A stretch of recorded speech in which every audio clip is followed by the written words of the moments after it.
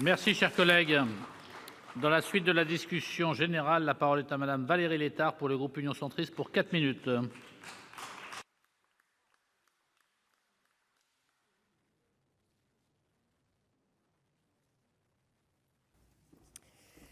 Monsieur le Président, Madame la Ministre, mes chers collègues, il y a 7 mois, la mission d'information sur l'avenir de la sidérurgie présentait son rapport final. Notre conclusion était claire. Il est urgent de donner des armes aux producteurs français d'acier face à une compétition mondiale féroce, à des concurrents au prix toujours plus cassé et aux défis immenses de la transition environnementale.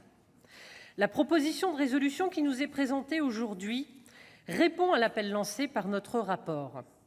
Elle vise justement à donner une arme concrète aux entreprises européennes afin que l'ambition écologique, qui ne doit pas être remise en question, dépasse les frontières de notre marché intérieur.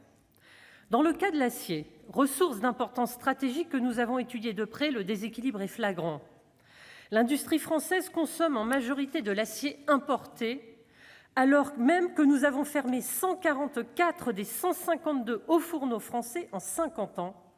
À l'inverse, la Chine produit aujourd'hui la moitié de l'acier mondial, en grande partie dans des fourneaux obsolètes et extrêmement polluants, mais elle ne connaît ni quota carbone ni taxation énergétique. Le résultat est clair. L'acier plat chinois est environ 20% moins cher que l'acier européen en moyenne, à qualité et technique égales. Les importations d'acier par la France ont augmenté de 70% en 5 ans.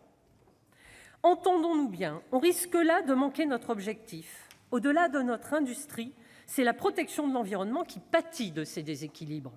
L'empreinte carbone de la France s'est détériorée malgré tous les efforts des acteurs économiques, malgré les immenses efforts financiers consentis.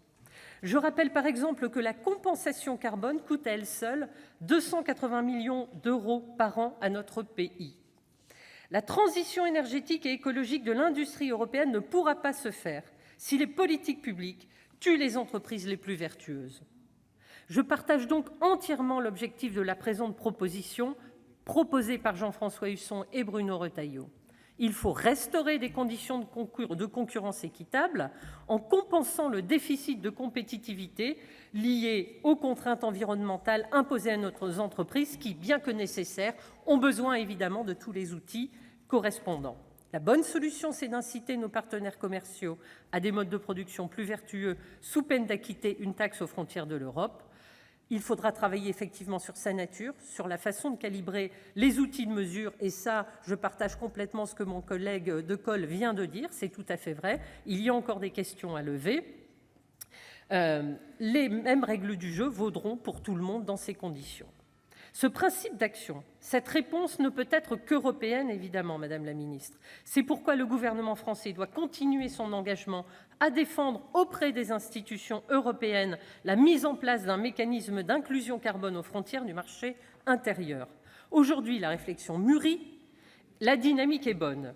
Mais la nouvelle commission qui a endossé cette proposition émise de longue date par la France, nous demandons maintenant à l'exécutif la poursuite de cet effort, de ces efforts, afin de rallier tous les États membres. Il faut enfin rentrer dans une dynamique vertueuse, constructive, concrète, par laquelle les efforts des industriels en faveur de l'environnement seront réellement valorisés, plutôt que d'être vus comme des poids pour l'emploi et la prospérité de l'Europe. Alors, Madame la Ministre, un dernier mot pour conclure. Il faut véritablement aujourd'hui faire en sorte que le temps de l'Europe soit le temps réel de l'économie, soit le temps qui permette aux entreprises de survivre, aux entreprises vertueuses, celles qui ont fait l'effort de s'adapter à ces nouveaux enjeux, de ne pas mourir faute d'avoir accéléré le temps de l'Europe et avoir fait en sorte que l'Europe, justement, soit au service de nos concitoyens, de l'économie de tous nos États membres, parce que sinon, nous aurons tout perdu et la crédibilité de l'Union européenne, en pâtira plus que tout au monde. Merci, chers collègues.